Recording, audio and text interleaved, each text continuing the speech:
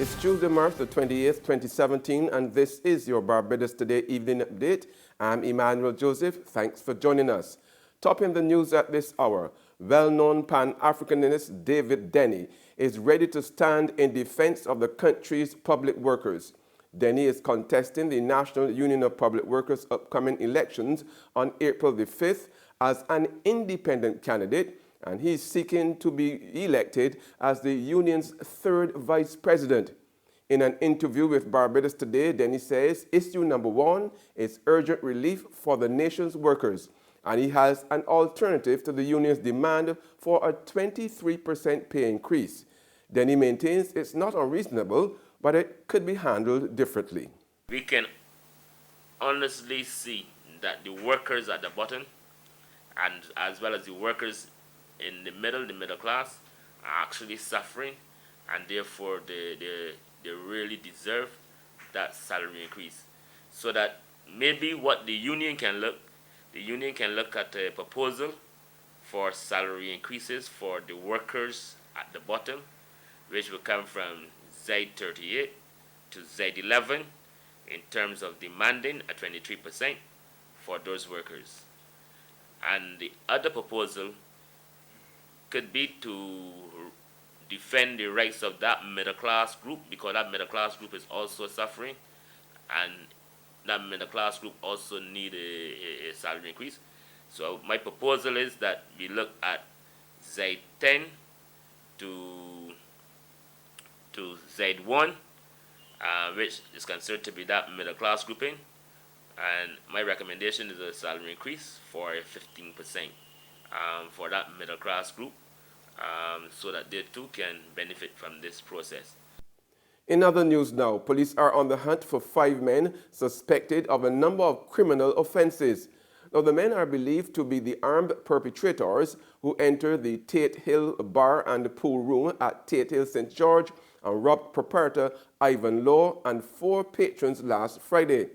Police say the men have been driving around in a vehicle and targeting victims. They are urging members of the public to be extremely vigilant and cognizant of their environment as they engage in routine activities. Anyone with information that can assist in the ongoing investigations should contact the nearest police station or emergency number 211 or Crime Stoppers at 1-800-8477. The search is on for 2 missing men. Missing is 34-year-old Kenville Noel Clark of nursery number 2, 4 Roads, St. Philip, who was last seen by his sister, Gail Clark, making plans to visit Trinidad and Tobago to attend Carnival since last month. Clark is 5 feet 5 inches in height. He is slim and dark in complexion with a round forehead, thick lips, brown eyes, and shoulder-length rasta locks. Police are appealing to anyone with information about Clark's whereabouts to contact the District C station at 416-8200 or 416-8201. The second missing man is 50-year-old Kenmore DeCourcy Hines of Skeets Road, mile and a quarter St. Peter. Hines was last seen by his sister Marva Hines around 9:30 a.m. on Wednesday, March the 22nd, when he left home to visit the Queen Elizabeth Hospital. At the time, he was wearing khaki long pants, blue and white shirt with buttons to the front. He was also wearing a green cap and tan boots. Hines is 6 feet tall, slim, and is of dark complexion. He has a bald head. Police are asking anyone with information on Hines's whereabouts to contact the District E police station at 419-1730 or 419-1731. That's 419-1731. Emergency number 211 or Crime Stoppers at 1-800-TIPS. That's 1-800-8477.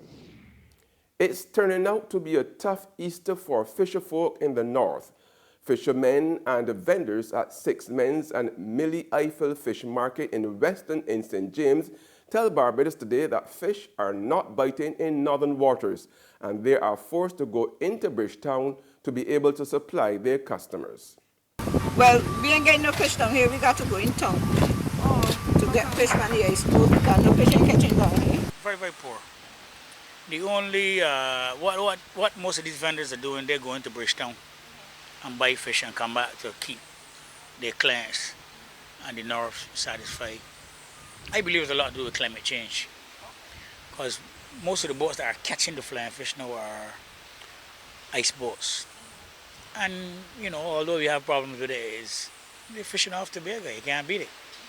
The ones who are going in the Saudis here, they haven't been so fortunate as yet this season. Barbados is moving full steam ahead with its preparations for Carifesta set for August the 17th to the 27th.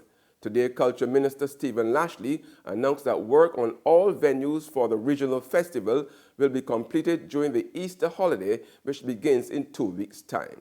Well, I have been advised that it will be done. I myself don't do the work.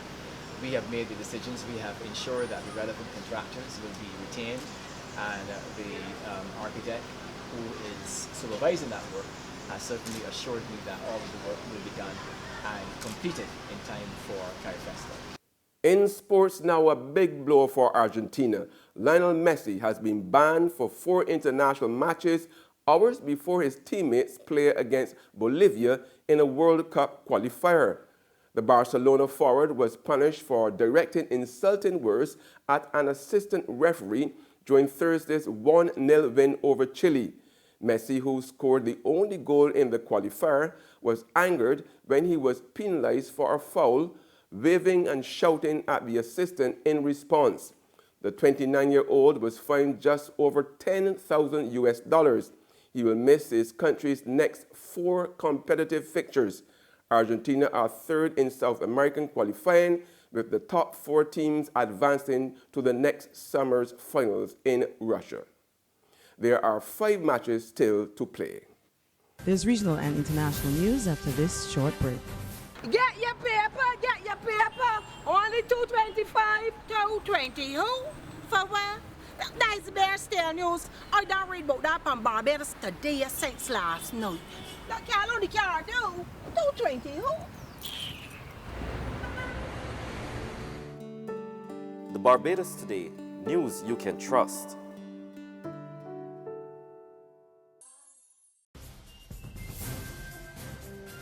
To the regional news now. Dominica's opposition United Workers' Party is crying foul after it was denied permission to stage a march on Thursday to pressure Prime Minister Roosevelt Skerrit to step down. Police Commissioner Daniel Carbon turned down the request made on March the 16th, citing grounds of public safety and national security. In a post on his Facebook page, Lennox Linton described the decision as dictatorial. I am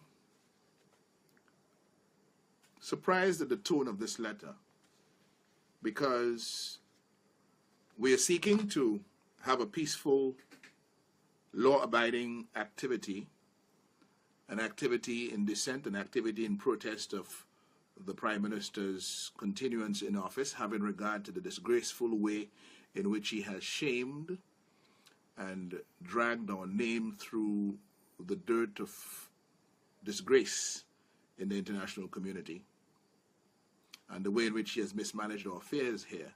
We are standing on a democratic right for the right to have him removed from office so our country can move on. The letter from the Commissioner of Police suggests that the police is in combat mode with the people of Dominica who are protesting for their rights. On the international scene, the powerful cyclone Denny is pounding Australia's northeast coast. Early reports suggest 2 people were killed as the Category 4 system made landfall. Denny, which is packing winds of 183 miles per hour, caused major damage, torrential rains, and power cuts to thousands of homes. Australian Prime Minister Malcolm Turnbull has already activated a disaster response plan. Defence Force helicopters and naval vessels carrying aid have been dispatched to Queensland. Turnbull has urged citizens to stay indoors to ride out the storm, which is expected to last for hours. That's news and sports, but for the very latest, visit our website at www.barbadostoday.bb. Now, you can also subscribe to our e-paper, email updates, and like us on Facebook. We are also on Izumi Media in bus terminals or screenplay at supermarkets and gas stations near you, as well as Channel 99 on Flow TV and Mix 96.9 FM. I'm Emmanuel Joseph. Have a fantastic evening.